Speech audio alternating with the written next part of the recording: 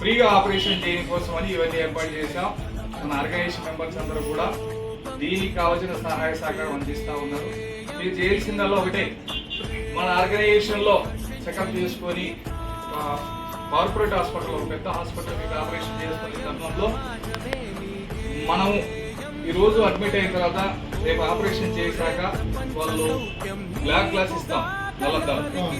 Night time పడుకున్నప్పుడు చిన్న cup పెట్టుకోవడం, పడుకోవాలి. కానీ నైట్ టైం కళ్ళు ఉద్దేది కానీ, ఆ పక్క పడుకునేది కానీ, గట్టిగా నమ్మలేదు కానీ, దుమ్ము దుల్లో రేపు చేయడం కానీ ఇవన్నీ చేయకూడదు.